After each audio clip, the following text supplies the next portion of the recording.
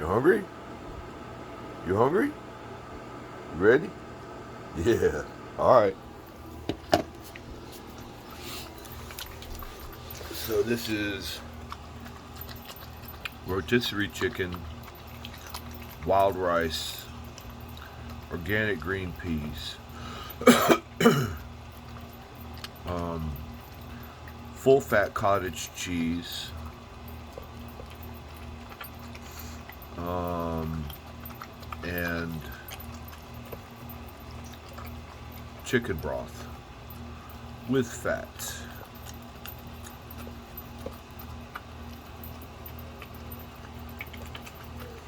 Chicken always goes on the bottom. I always put the protein on the bottom, and I like these puzzle bowls because it moderates her eating speed because she eats really fast. So a meal like this with a puzzle bowl, it takes her about 10 or 15 minutes at the most, but it really slows down her eating. Thanks, Kim, for the puzzle bowl.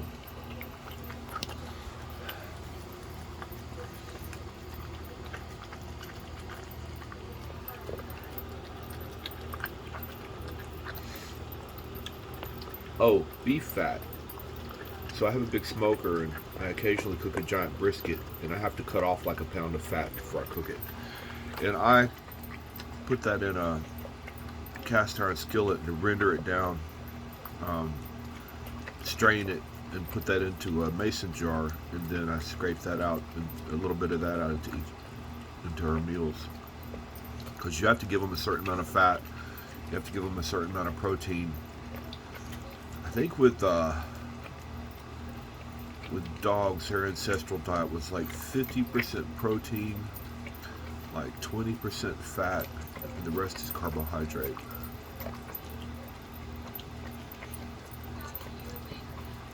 People think this is expensive, but it's really not.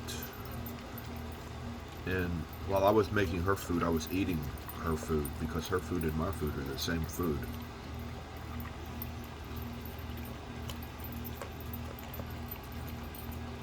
So I had rotisserie chicken, a little bit of wild rice. I had I had some I had some corn. She doesn't get corn. That's one thing she doesn't get. People think dogs can't eat beans. She eats beans all the time. She has pinto beans. She has black beans. And I used to grind them and mash them, but I don't do that anymore because it just has never been a problem for her digestion.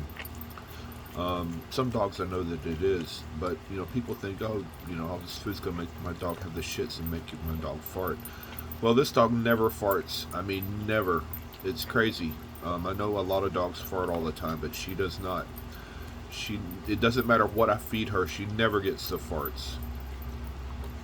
I mean, she does. I can't smell it. It's not stinky, I guess is a better way to say it, because I'm sure she does fart. I just don't know about it.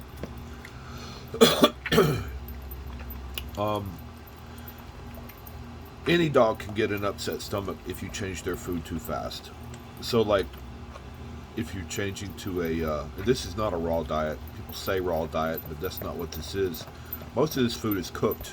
The peas are cooked. The chicken is rotisserie. It's just rotisserie chicken from Food City. I also get them from Walmart. They're so convenient.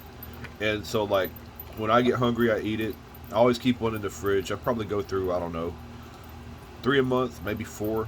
But I always keep one in the fridge. And when I'm hungry, I eat it. And a lot of her meals are rotisserie chicken. It's the base, the protein, which is what she's eating right now.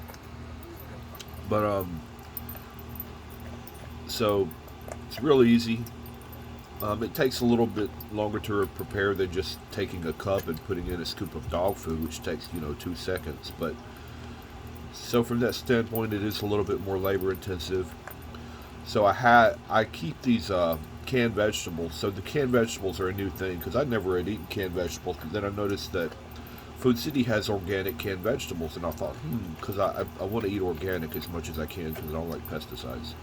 So I started buying canned vegetables, and I will, some days I'll just have like a big bowl of like peas and corn and pinto beans and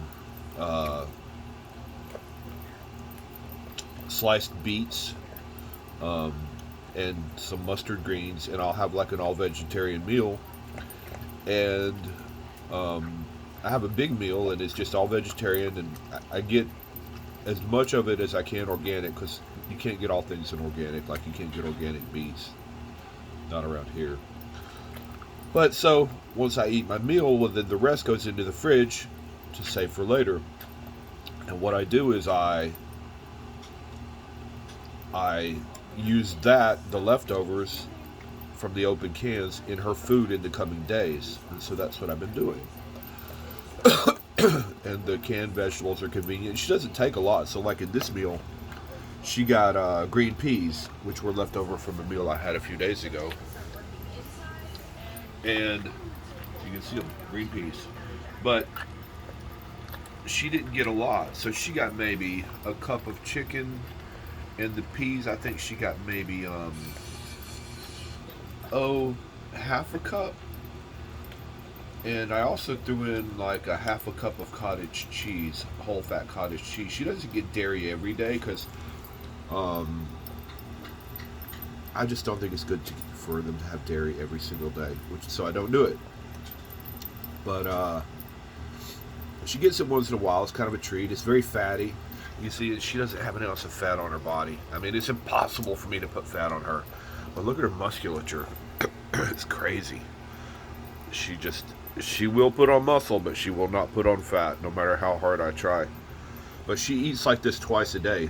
And technically, I think I weigh 220 pounds. And technically, I think she probably eats more than I do. But can't believe how she looks. She's also very vascular. So she gets this twice a day. And she loves it. If I tried to give her dog food now, she would get very sick. She would be throwing up. She can't digest it. And that's the way it happens when you start feeding this way. You can't just switch them back and forth from one diet to another. Does not work. Does not work.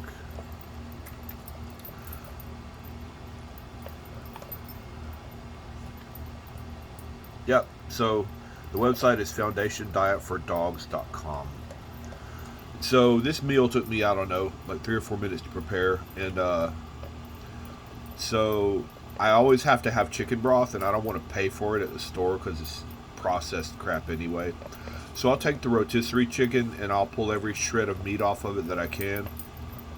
And once I'm just down to the carcass, I'll throw it in the pressure cooker with like, I don't know, like 2 or 3 quarts of water, and pressure cook it for 20 minutes. Strain out the bones, take out the remainder of the meat, put that all together, and half that goes in the freezer and half goes in the fridge, and that's what goes in her food. Because the chicken broth is what kind of ties everything together. So you've got this meat, you've got the vegetable like the peas, you've got rice, which is always either brown rice or wild rice, never white rice. But so when I pour, the last thing I put on it is the chicken broth. So I pour that on the top, and it kind of like ties everything together and blends all the flavors together. Now I know with a lot of dogs, there's some things they won't eat. So like I have these friends that switch their dog to this diet, and they have to blend the vegetables because the dog won't eat it otherwise. But Nala's not that way because she's been eating this way since she was a puppy. But the chicken broth, it soaks everything and it ties it all together, and I think it makes it more palatable for them. Some of the things which normally might be less palatable. So cleaning your plate. Yep. So anyway, that's today's meal.